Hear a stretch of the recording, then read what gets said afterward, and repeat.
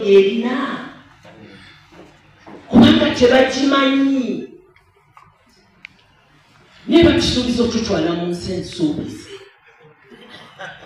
Is there a ladder that we can climb vertically ne tugenda mu nsi ensuubize? Has it ever been there?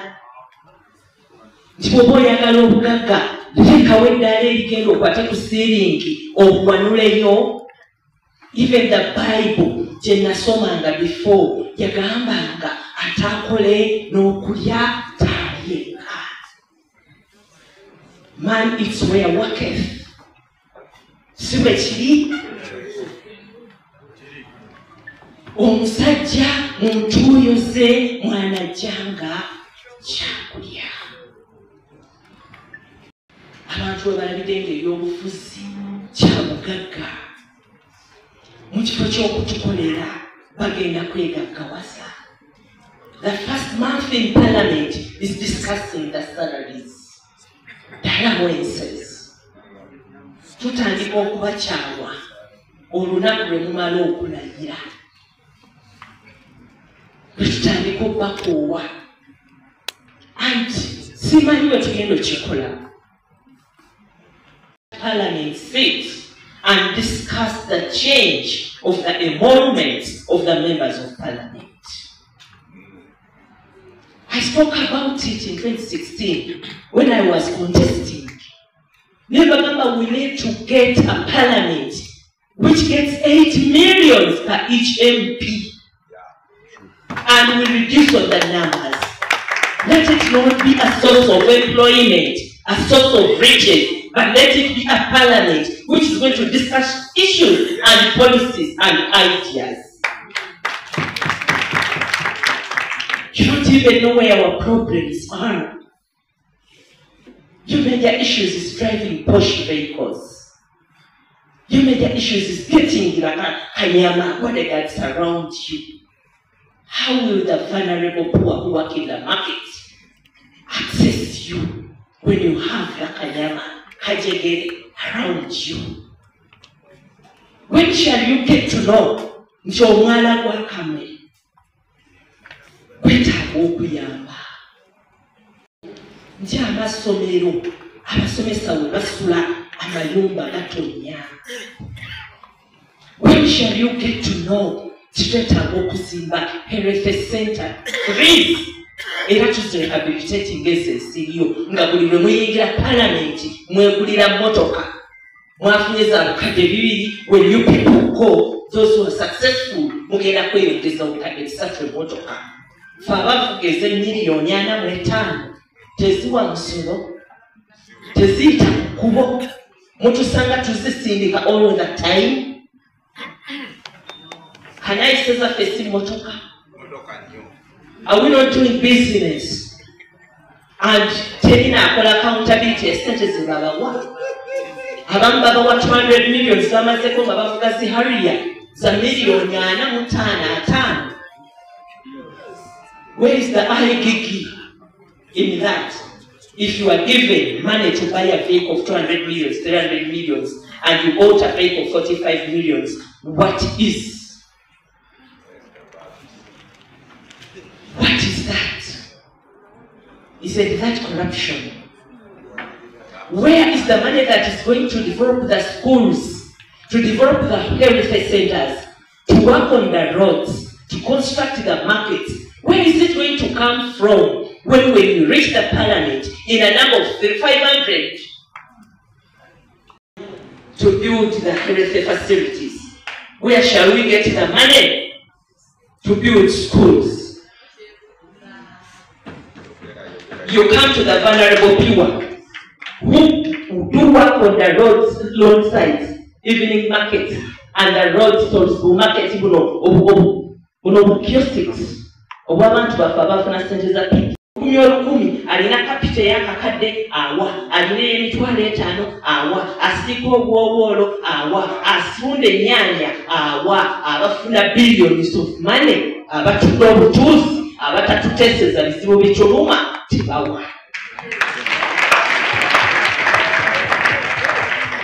When shall we have a Parliament eteesa okugyawo ssente ezo. I even spoke about that yesterday night. But why should we have all of this? Threatening the community and environment with posters. You even get loans to do posters.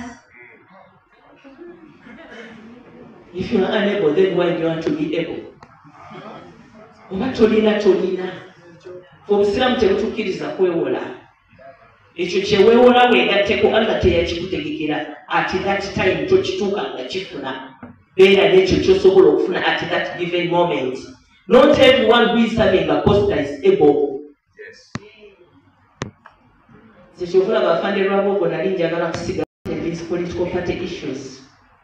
I was a councillor by then in Ngoma. I wanted to stay outside to flee individualism politics. People by then were discussing issues.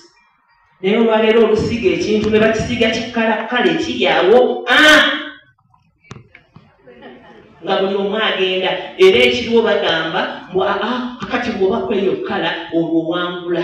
Mwanange ne bwe bajja akamenke ekingi ne bakasiiga kkala ne bakatuleetera wano nga bakasiize kkala kalina okuwangula. Era bafa beewola because when you get that color you must be in parliament. Oba oyagala oba toyagala, oba ogenda kwogera oba togenda kwogera, the issue is yingira parliament because it's where the riches are. That is not the Uganda we want. Yes.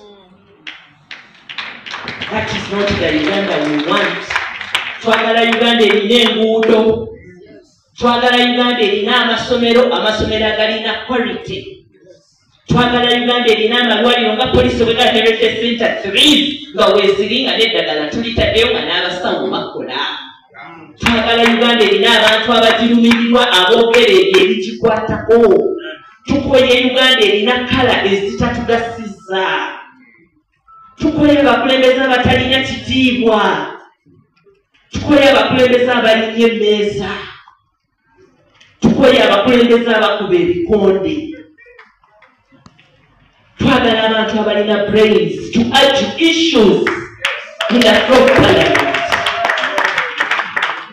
That is why I never even came back to politics. I thank God now Almighty for His Excellency the President. Because when I was giving issues, never Zakatona Chabatanda Walero would never judge Mandaba. I was looking at George Freddy Kajim by then. Why did he go the other side? Why? Because abantu bambala eddiba ly'endiga naye nga mu butuufungo. Only 5 years made him know that where he had gone was. But no one can listen to him now because abantu bakyalina mindset and there wasn't we need colors, non-service delivery. Here comes Mawanda, Alan. We come from the same village. Twawula makubo gye batuziika ono bamuziika nga kyalina ekizikiza. That coating was on him.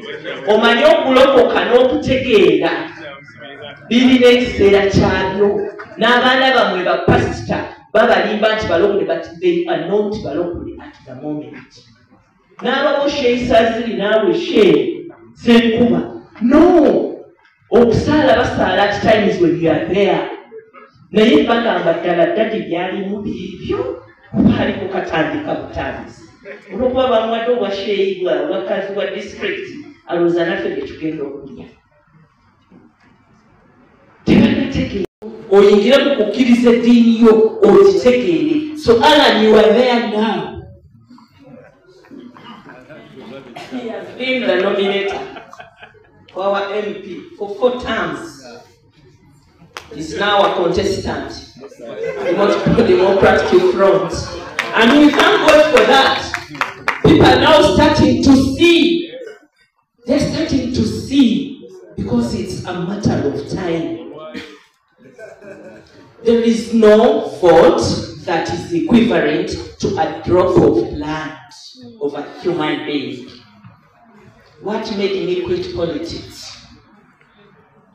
In 2016, there is someone who was cut because Fatuma was ahead of them. The plan was they can organize, get someone, put on a yellow t-shirt. They got a group of supporters, dressed them in yellow t-shirts. They attacked their same team. They cut a supporter of the Honorable Member of Parliament. I know that supporter and I can ably speak the name. The name is Namugera. He was cut opposite Ryder Hotel Center. Omusai negulika they were smashing the motoka. They saturated on social media.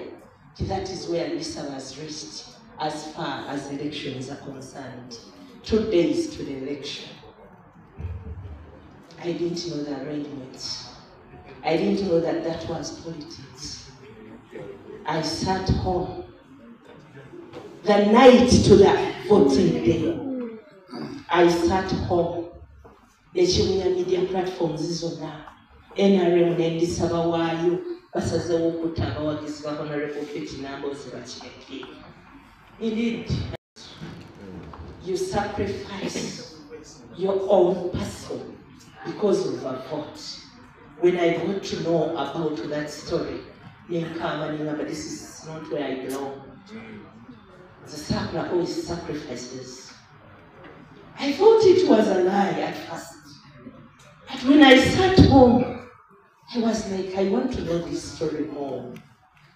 I engaged different people. But after I was transferred to Onazara DC, I got to engage with someone who used to do all of that.